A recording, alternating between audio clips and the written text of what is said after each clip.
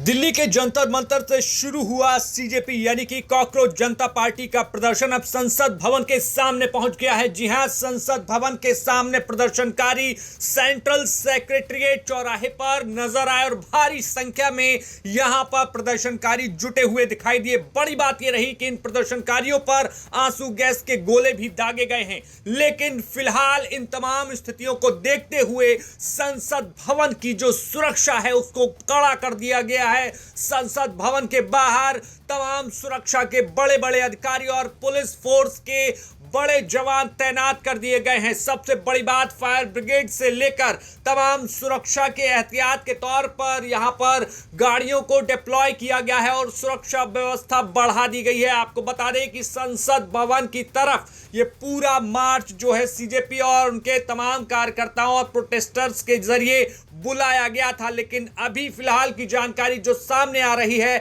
आप तस्वीरों में देखेंगे बड़ी बड़ी गाड़ियों में जो है यहां पर सुरक्षा व्यवस्था के लिए तमाम उपाय जो है दिल्ली पुलिस, तमाम सेंट्रल एजेंसियां जो है यहां पर सुरक्षा के उपाय करती हुई नजर आ रही है। संसद भवन के परिसर के अंदर यहाँ पर पूरी तैयारियां आपको सीआईएसएफ द्वारा नजर आएंगी और पीछे जो है वो गेट है, ये वो गेट है जहां से एंट्री जितने भी सांसद होते हैं वो सब यहाँ से एंट्री करते हैं। जिस तरीके से तैयारी यहाँ पे आपको नजर आ रही है, सीआईएसएफ पूरी तरीके से तैनात है और आगे की तरफ आपको लेके चलेंगे और दिखाएंगे कि किस तरीके से जो गेट है उस समय उस गेट को यहाँ पे बंद कर दिया गया है। ये देखिए पीछे आपको जो गेट नजर आ रहा है, ये गेट है जिसको इस समय पूरी तरीके से बंद कर दिया गया है और सीआईएसएफ यहाँ पीछे आपको मेरे नजर आएगी। ये पूरी तरीके से तैनाती यहाँ पे संसद परिसर के अंदर कर दी गई है।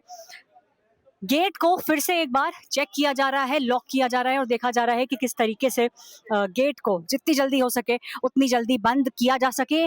संसद को हर तरफ से इस समय सुरक्षित कर दिया गया है, क्योंकि कहीं ना कहीं ऐसा लग रहा है कि अगर कुछ लोग जो कि प्रोटेस्ट कर रहे हैं वो संसद तक पहुंच गए तो किस तरीके से इनको रोका जाएगा। संसद के अंदर जो है ये सीआईएसएफ पूरी तरीके से तैनात है, मौजूद है और सीआईएसएफ के जो लोग हैं वो इस समय तैनात हैं और आपको सामने नजर आएंगे बंदूकें ताने हुए सब एकदम तैयार हैं और सिक्योरिटी यहाँ पे संसद भवन के अंदर बहुत तेज कर दी गई है।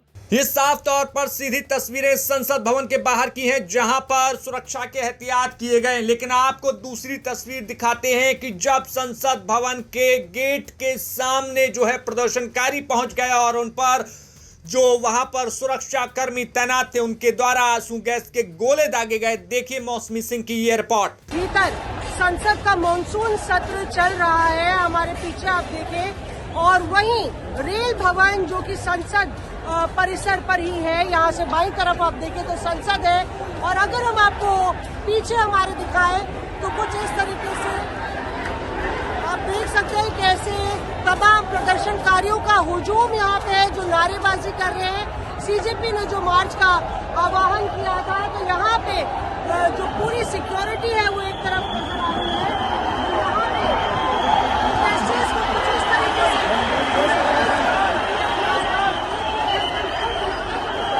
संसद परिसर के आखिरी बैरिकेड पर आगे आने की कोशिश कर रहे हैं। यहाँ पे जो आप देखिए कि टीयर गैस को इस्तेमाल करने जा रही है और यहाँ पे टीयर गैस का इस्तेमाल पुलिस करती हुई नजर आ रही है। यहाँ पे जो आरएएफ है उसको तैनात किया गया है और यहाँ पे पूरी भीड़ जिस तरीके से आप पीछे देखिए तो लोगों का हुजूम आपको नजर आएगा। एक तरीके से यहाँ पे टीयर गैस का इस्तेमाल करते हुए रेल भवन यहाँ पे है, पीछे संसद का पूरा मार्ग है और यहाँ पे प्रदर्शनकारियों को तितर बतर करने के लिए पुलिस की तरफ से टीयर गैस का इस्तेमाल हो रहा है। अब जहां संसद भवन तक कुछ प्रदर्शनकारी पहुंचे तो वहीं समाजवादी पार्टी की तरफ से भी जो तमाम सांसदों का डेलीगेशन डिंपल यादव के नेतृत्व में संसद के स्थगन के तुरंत बाद उन प्रदर्शनकारियों की तरफ पैदल चला और यहां पर आप देखेंगे कि तमाम समाजवादी पार्टी के सांसद डिंपल यादव के साथ यहां पर प्रदर्शनकारियों से मिलने जा रहे हैं और लगातार नीट पेपर लीक के मामले में आवाज बुलंद करते हुए यहां पर समाजवादी पार्टी के तमाम नेता और सांसद दिखाई देंगे।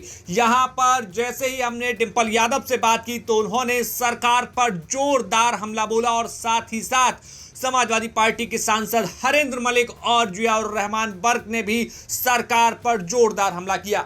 पूरे देश में युवा और छात्र कहीं ना कहीं सरकार से दुखी है, क्योंकि इस सरकार ने सभी के अधिकारों को मारा है, चाहे वो शिक्षा का अधिकार हो, चाहे वो फेयर एग्जामिनेशंस का अधिकार हो। इस सरकार ने उसको भी नहीं छोड़ा है और पूरी सरकार भ्रष्टाचार में डूबी हुई सरकार है।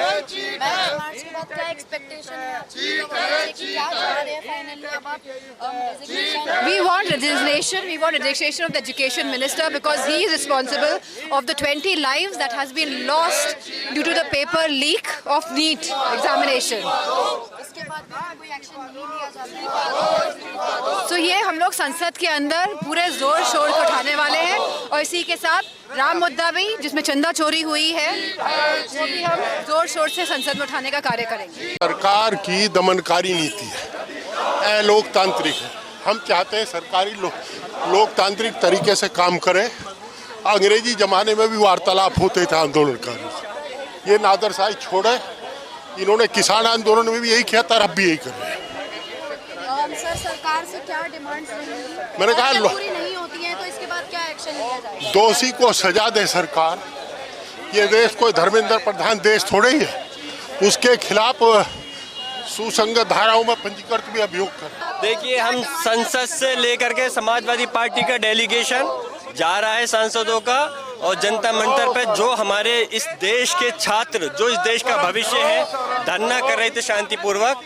आज उनके ऊपर लाठीचार्ज किया गया, तो माननीय अखिलेश यादव जी के कहे अनुसार आज उनसे मिलने जा रहे हैं और उनके साथ हम पूरी पार्टी मजबूती से खड़ी है। हम चाहते हैं कि जिस तरह सोनम वांगचुक को ज़बरदस्ती वहाँ से उठा कर हॉस्पिटल में शिफ्ट कराया गया, ये गलत है और उनसे संवाद किया जाना चाहिए। जो उनकी जायज मांगे हैं उनको पूरा किया जाना चाहिए। शिक्षा मंत्री जी का इस्तीफा होना चाहिए। फिलहाल पूरी रात प्रदर्शनकारियों का जमावड़ा जंतर मंतर पर लगा हुआ था, लेकिन आज सुबह से ही हम लगातार आपको दिखा रहे हैं कि तमाम प्रदर्शनकारी संसद भवन की तरफ कूच किए और इसके बाद कुछ प्रदर्शनकारी, अब फिलहाल की स्थिति ये है कि संसद भवन पहुंच गए हैं। ऐसे में और क्या कुछ सख्त एहतियात जो है सेंट्रल एजेंसियां और पुलिस करती है, ये अब देखने वाली बात होगी। ब्यूरो रिपोर्ट, यूपी तक। पवन जी, एक बात होती है, क्या आपको कभी ऑफर नहीं आया बीजेपी की तरफ से? बहुत बार आया। आया। कैसा आया? क्या ऑफर आया? हमने बताया था राष्ट्रीय अध्यक्ष जी को। आया। किस तरह का ऑफर आया? मतलब सब आया, विधायक मंत्री सब आया। जानते हैं, ये भी घटना बता दें आपको, हम मेरे पिताजी, जैसे मैंने राजनीति शुरुआत की तो मेरे पिताजी कभी नहीं चाहते थे, लेकिन जब मैंने राजनीति में मैं प्रवेश कर गया, लखनऊ स्थित उपाध्यक्ष हो गया, तो ये भी बहुत महत्वपूर्ण घटना है। नेताजी का फैजाबाद आगमन था, तो मैंने कहा कि आपको मेरे घर चलना। कहे हाँ चलेंगे तुम्हारे घर। मैं जेल से छूट के आया था, वही मेरे ऊपर गैंगस्टर और सारे मुकदमे दर्ज हुए थे बहन जी की सरकार में, उसके बाद मैं छूट के आया था। तो मैंने कहा आपको मेरे घर चलना। कहे चलेंगे। नेताजी मेरे घर आए, अंगूरीबाग कॉलोनी में। मेरी माता जी ने खाना बनाया था। नेताजी ने, जो मेरी माता जी ने बनाया था, पूड़ी सब्जी, दही कचौड़ी, दही बड़ा जो था, सब खाया। नेताजी ने बैठ के पूरा आराम से सब खाया और खाने के बाद कहा कि और कुछ बना है। तो हमने मम्मी बुलाया अपनी माता जी को, तो उन्होंने पूछा क्या नाम है आपका? कहने मेरा नाम गीता। कहने बताइए कुछ और बना है? कहने जो बना था सब खिला दिया। फिर उन्होंने, मेरी माता जी ने कहा नेताजी से, ये पढ़ते लिखते नहीं है, क्या होगा इनका? नेताजी ने कहा पवन के कारण आज मुलायम सिंह यादव इस दरवाजे पर आए हैं और देखना वो एक दिन वो भी आएगा। आज मेरे आने पे डीएम कप्तान बाहर खड़े हैं, एक दिन पवन भी आगे जाएगा, डीएम कप्तान भी बाहर खड़े होंगे, पवन बड़ा आदमी नेता बनेगा। और मुझे नेताजी ने बनाया, उस स्थान पे पहुंचाया। ऐसे थे धरती पुत्र मुलायम सिंह यादव जी। तो उसी दिन से मेरी माता पिता, मेरे पूरा परिवार का एक लगाव है नेताजी के परिवार से। जब ये सब बातें आई कुछ लोगों ने कि भाजपा ये सब, तो मेरे पिताजी ने तुरंत मुझको फोन किया, कहा जीवन में भूल न करना, जीवन में गलती न करना। ये चीजें मेरे पिताजी ने बहुत सख्ती से मुझसे बात कही थी। मैं बहुत ईमानदारी से आपसे कह रहा हूं,